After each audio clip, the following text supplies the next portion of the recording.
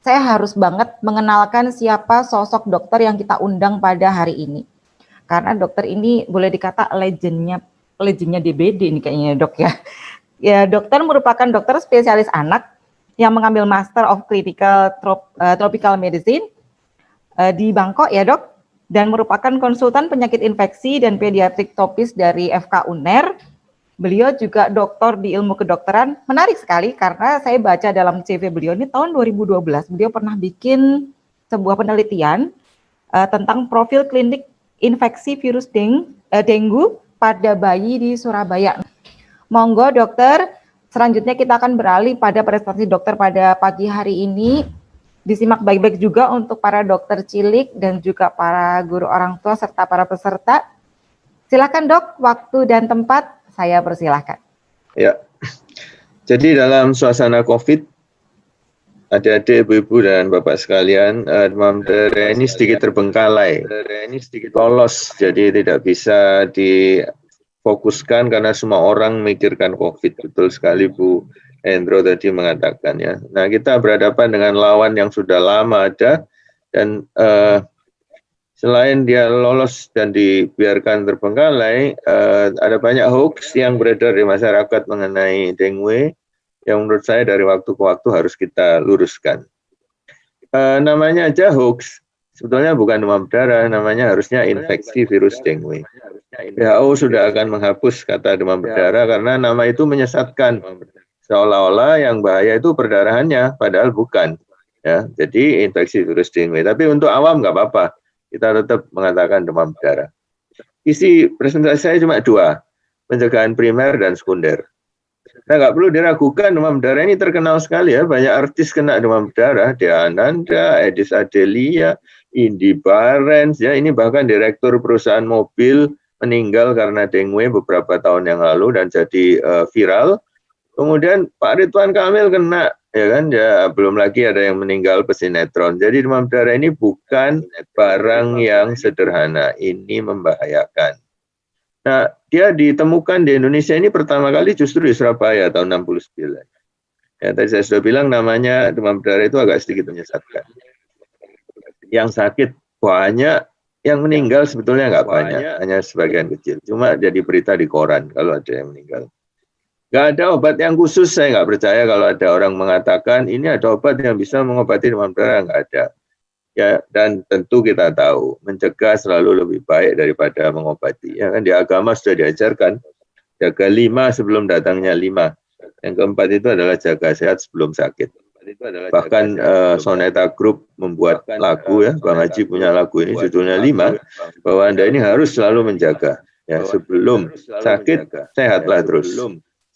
Nah, pencegahan ada 3 macam, tapi dalam topik ini kita ngomong yang primer dan sekunder. Primer jangan sampai sakit.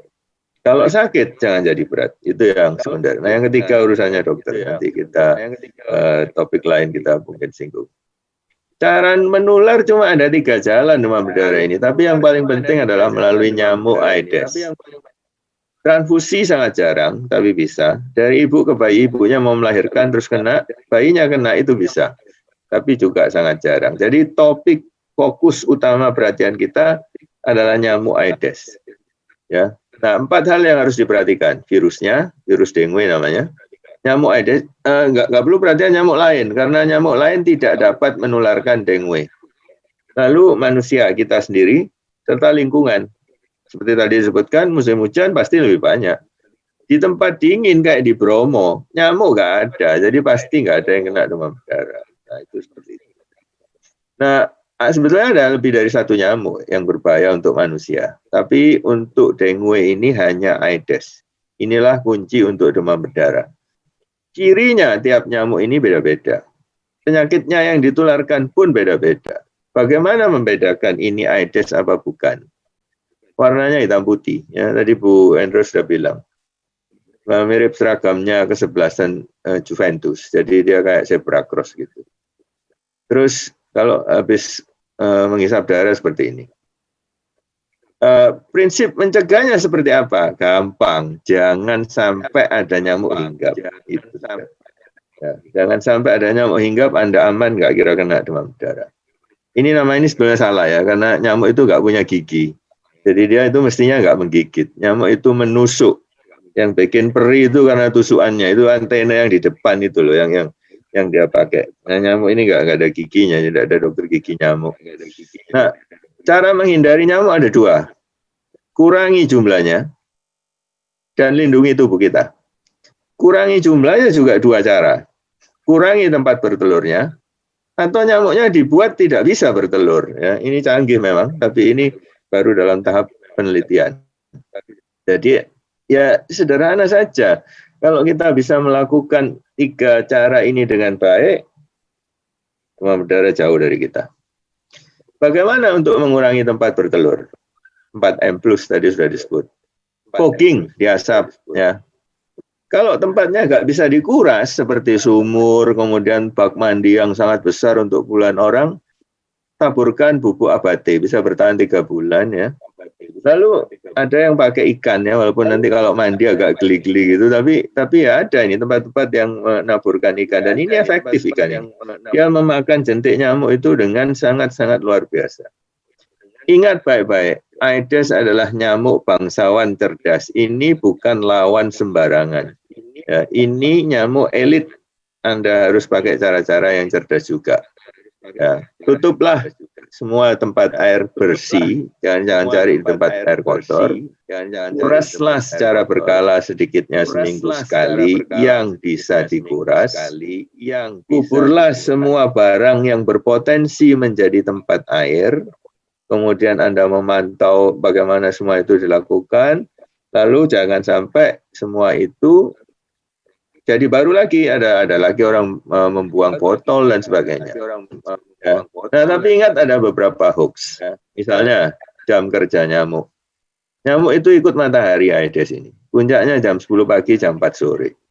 Jadi kalau Anda duduk di depan TV jam 9 malam, terus ada nyamuk hinggap, kecil sekali kemungkinannya itu Aedes. Duduk di depan TV jam 9 malam, terus ada nyamuk hinggap. Saya lihat warnanya. Jadi nyamuk ini cukup diusir, nggak perlu diceples. Ya, karena dia bukan Aedes.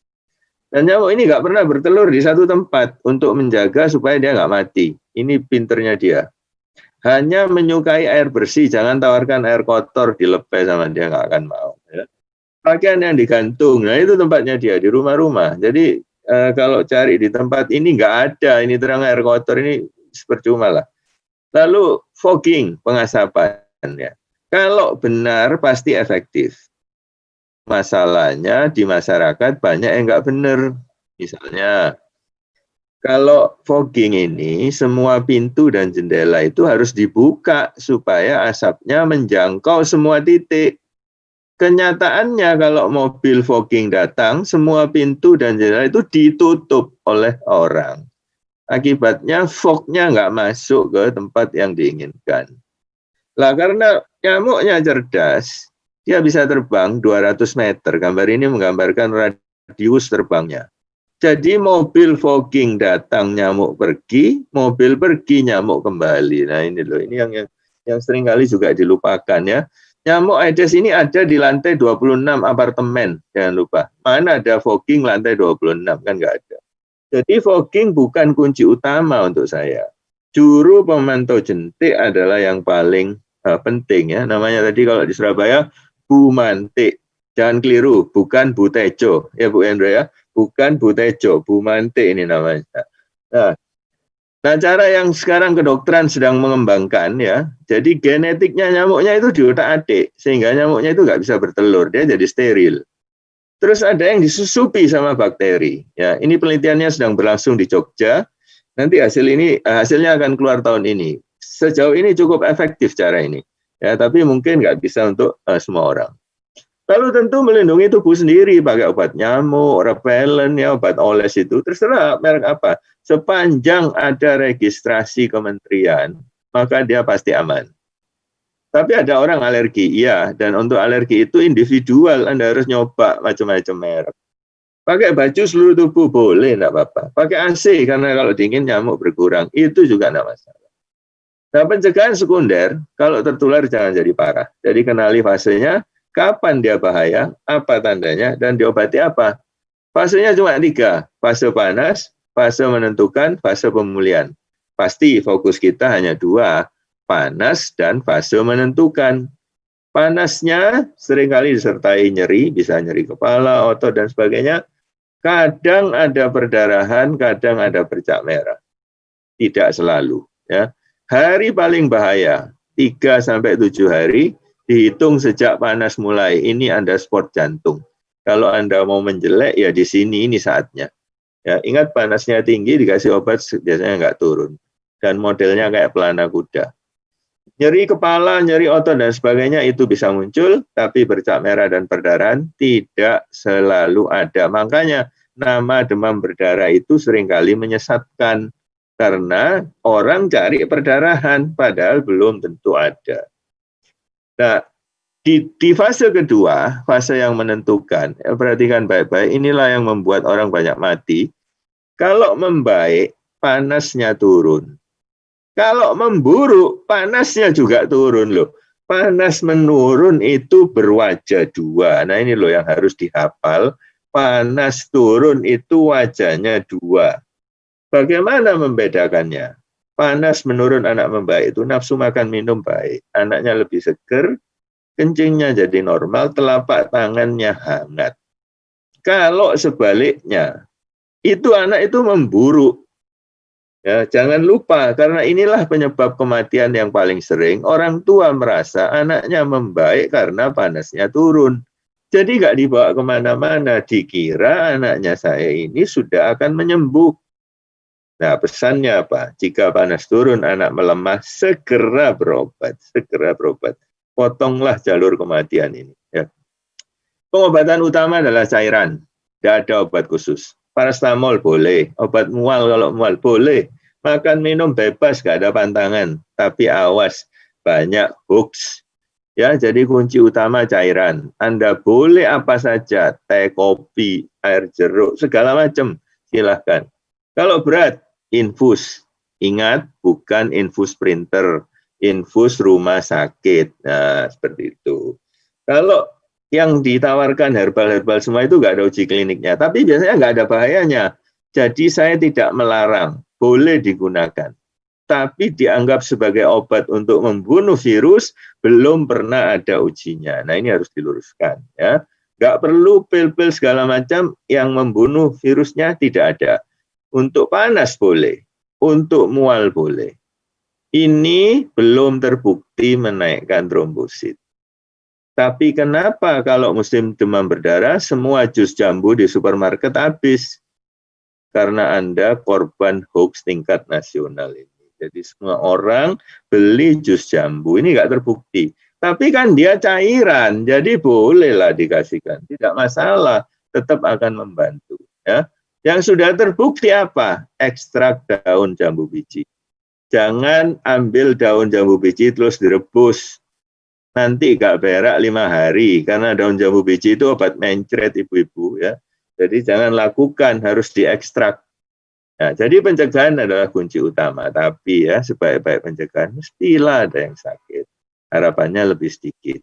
Mesti juga ada yang mati, tapi kalau bisa lebih sedikit. Itu tujuan kita. Vaksin ada, harganya masih relatif mahal. Vaksin ada, tapi hanya di swasta. Nah, sebagai penutup, dengue ini masih banyak. Berbahaya. Pencegahan kunci utama, nggak ada obat khusus. Awas, banyak hoax. Ini saya kasih contoh lagi. Kira-kira ini hoax apa bukan? Ya, batu akik memicu penyebaran virus DBD. Ya. Batunya nggak apa-apa. Yang jadi sumber itu airnya yang untuk menggosok batunya. Itu yang tepat bertelurnya.